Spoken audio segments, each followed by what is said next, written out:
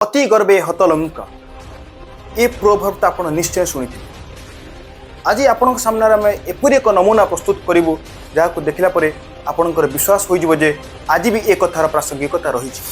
हाँ दर्शक बंधु आम recently Bihar by election result विषय कहूचे आउ इलेक्शन जमीती सेमिति इलेक्शन नथिला ए थिला बिहार बांकीपुर विधानसभा आसन कथा जहाँ को बीजेपी गड़ कहुचे। हाँ गड़ कहुची नुहे कहुला कहीं एबे ए आसन बीजेपी हो रही ना। सो चलते जानिबा ए सीट एते आज चर्चा कहीं। दर्शक बंधु बिहार बांकीपुर आसन होउची बीजेपी एपरी एक गड़ जेउठी बीजेपी 1995 मसीह दीर्घ 30 वर्ष एव जीति आसुची। एमिति कि 2025 जनरल इलेक्शन रे बीजेपी ए सीट रो मध्य जीत हासिल करथिला।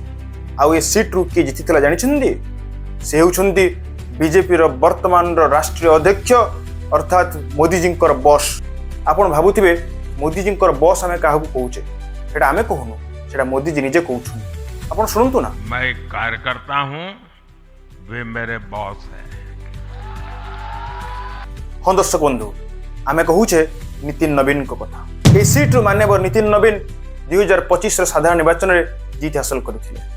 मात्र बीजेपी राष्ट्रीय अध्यक्ष भाव में घोषणा होगा पर ए सीट फांका पड़ जाइथिला अर्थात ए सीट रे बाई इलेक्शन आवश्यकता पड़िथिला। एते थर जितिबा परे अहंकार आसीबा स्वाभाविक कथा। आ अहंकार एते मात्रा रे बढ़ी जाइथिला जे बीजेपी नेता माने घोषणा करैक लागिले जे ए सीट रे आमे जदी कुकुर बिलेई को भी छिड़ा कर दउचे से भी जीति जिवो। इतने बहुत से भाजपा हारेगी कि जीवन में कभी ये कहने का दुस्साहस नहीं कर पाएंगे कि हम लोग कुत्ता बिल्ली को भी खड़ा करेंगे तो चुनाव जीतेंगे। आउ ए अहंकार कहा पे सुजोग नहीं आसे तो कहा पे दुर्जोग। आउ ए सुजोग नहीं आसीथिला प्रशांत किशोर को पाए जे कि 2025 बिहार साधारण निर्वाचन रे 243 टी आसन रु गोटे भी सीट जीति पारि नथिले। आ तापर तांको एते जे क्रिटिसिज्म रो सामना करया को पड़िथिला तांको बाध्य होई मुंह खोली कहबा को पड़िला जे अभी मारा नहीं हूं अभी कहानी बाकी है।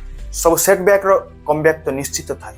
आ से कमबैक नहीं आसीथिले प्रशांत किशोर महोदय काहे कि ना ए बांकीपुर आसन रु बीजेपी रो जे प्रार्थी होइथिले नीरज कुमार को एगेंस्ट लड़िया पे निजे प्रशांत किशोर मैदान को ले आसथिले। तापर प्रचार जोरदार चलीथिला। ए कथा को एते मात्रा रे वायरल कर दिया गला एवं एते मात्रा रे प्रचार प्रसार कर दिया गला जे परिणाम ए आसिला जे शेषरे नीरज कुमार को प्रशांत किशोर महोदय पाखापाखि 20,000 भोट रे 40% रु एबव भोट शेयर मार्जिन रे तांको हरै दिथिले। ए जीत केवल एक साधारण जीत नथिला ए थिला गोटे चेतावनी। कहीं कहीं तो कहबा लगिलेनी सीजेपी रो दिल्ली रो जंतर मंतर प्रोटेस्ट परे ये बोधे बीजेपी रो डाउनफॉल रो शुरुआत सेथिला तो शास्त्र कहा जायछि अति सर्वत्र वर्जते। दर्शक बंधु जदि वीडियोटी आपको भल लगी थाए तो लाइक शेयर कर आम चैनल को जरूर सब्सक्राइब करूँ। रही जय जगन्नाथ।